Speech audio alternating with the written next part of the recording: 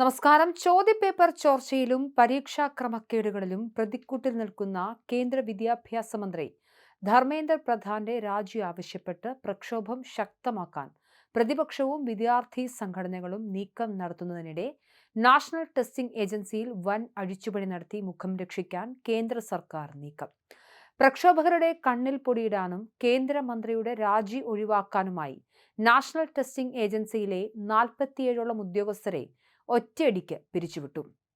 പരീക്ഷാ നടത്തിപ്പിൽ ഗുരുതര വീഴ്ച വരുത്തുകയും ക്രമക്കേടുകൾക്ക് കൂട്ടുനിൽക്കുകയും ചെയ്ത ചില ഉദ്യോഗസ്ഥർക്കെതിരെ കടുത്ത ക്രിമിനൽ നിയമ നടപടികൾ സ്വീകരിക്കാനും കേന്ദ്രം നീക്കം നടത്തുന്നുണ്ട്.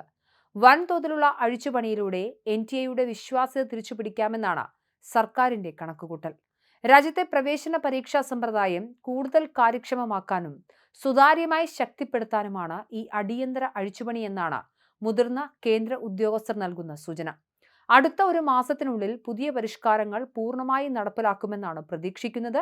ഇനിയൊരു ചോദ്യപേപ്പർ ചോർച്ചയോ ക്രമക്കേടോ രാജ്യത്ത് ആവർത്തിക്കാത്ത വിധം NTA ഉടച്ചു വാർക്കുകയാണ് ലക്ഷ്യം. ഉന്നത വിദ്യാഭ്യാസ സ്ഥാപനങ്ങളിലേക്കുള്ള പ്രവേശന പരീക്ഷകളും ഫെലോഷിപ്പ് പരീക്ഷകളും കുറ്റമറ്റ രീതിയിൽ നടത്തുന്നതിനായി 2017 സ്വയംഭരണാവകാശമുള്ള സ്ഥാപനമായി കേന്ദ്ര സർക്കാർ NTA രൂപീകരിച്ചത്. നിലവിൽ JEE, നീറ്റ്, CUET ഉൾപ്പെടെയുള്ള ദേശീയ തലത്തിലുള്ള 20ഓളം വൻകിട പ്രവേശന പരീക്ഷകളുടെ പൂർണ്ണ ചുമതല NTAയ്ക്കാണ്. പുതിയ പരിഷ്കാരങ്ങളുടെ ഭാഗമായി NTA ഔട്ട്സോഴ്സിംഗ് രീതികളിലും ദൈനംദിന പ്രവർത്തന പ്രക്രിയകളിലും സുപ്രധാന മാറ്റങ്ങൾ ഉണ്ടാകും. പരീക്ഷ നടത്തിപ്പിനായി സ്വകാര്യ ഏജൻസികളെയും കേന്ദ്രങ്ങളെയും ആശ്രയിക്കുന്ന രീതിയിൽ വരുത്തുന്ന മാറ്റങ്ങൾ സുരക്ഷ കൂടുതൽ ശക്തമാക്കുമെന്നാണ് വിലയിരുത്തപ്പെടുന്നത്.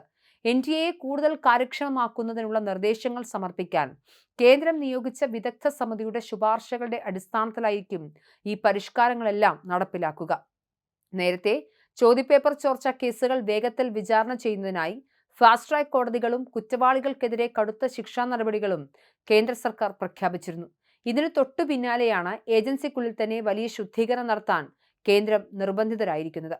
അതേസമയം പ്രതിഷേധക്കാർ ഉന്നയിക്കുന്ന ഏറ്റവും പ്രധാന ആവശ്യമായ കേന്ദ്ര വിദ്യാഭ്യാസ മന്ത്രി ധർമ്മേന്ദ്ര പ്രധാന്റെ രാജി NDA സർക്കാരിന്റെ പരിഗണനയിലേ ഇല്ല എന്നാണ് ദേശീയ മാധ്യമങ്ങൾ റിപ്പോർട്ട് ചെയ്യുന്നത്. മന്ത്രി രാജിവെക്കുക എന്നത് നിലവിലെ സാഹചര്യത്തിൽ ഏറ്റവും എളുപ്പമുള്ള തീരുമാനമാണെന്നും അത് ഉത്തരവാദിത്തങ്ങളിൽ നിന്നുള്ള ഒളിച്ചോട്ടമാണെന്നുമാണ് സർക്കാർ വൃത്തങ്ങളുടെ ന്യായീകരണം.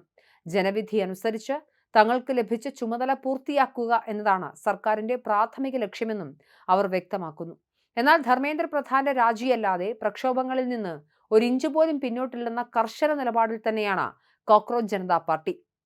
കേന്ദ്ര മന്ത്രിമാരുമായി നടത്തിയ സുപ്രധാന കൂടിക്കാഴ്ചയിൽ ശനിയാഴ്ച ഉച്ചയോടെ രാജിക്കാര്യത്തിൽ അന്തിമ തീരുമാനം അറിയിക്കണമെന്ന് CJP നേതാക്കൾ കേന്ദ്രത്തിന് അന്ത്യശാസനം നൽകിയിട്ടുണ്ട്. വിദ്യാഭ്യാസ മന്ത്രി ധർമ്മേന്ദ്ര പ്രധാൻ അടിയന്തരമായി രാജിവെക്കുക, പരീക്ഷാ ക്രമക്കേടുകളും അനിശ്ചിതത്വവും മൂലം ആത്മഹത്യ ചെയ്ത വിദ്യാർത്ഥികളുടെ കുടുംബാംഗങ്ങൾക്ക് അർഹമായ നഷ്ടപരിഹാരം നൽകുക, സമാധാനപരമായി പ്രതിഷേധിച്ച വിദ്യാർത്ഥികൾക്കെതിരെ ചുമത്തിയ FIRകൾ പിൻവലിക്കുക എന്നീ 3 പ്രധാന ആവശ്യങ്ങളാണ് ചർച്ചയിൽ CJP പ്രതിനിധികൾ സർക്കാരിന് മുന്നിൽ വെച്ചത്. വിദ്യാഭ്യാസ മന്ത്രി ധർമ്മേന്ദ്ര പ്രധാന്റെ രാജി വിഷയത്തിൽ വിട്ടുവീഴ്ചയില്ലെന്നും അവർ പറയുന്നുണ്ട്.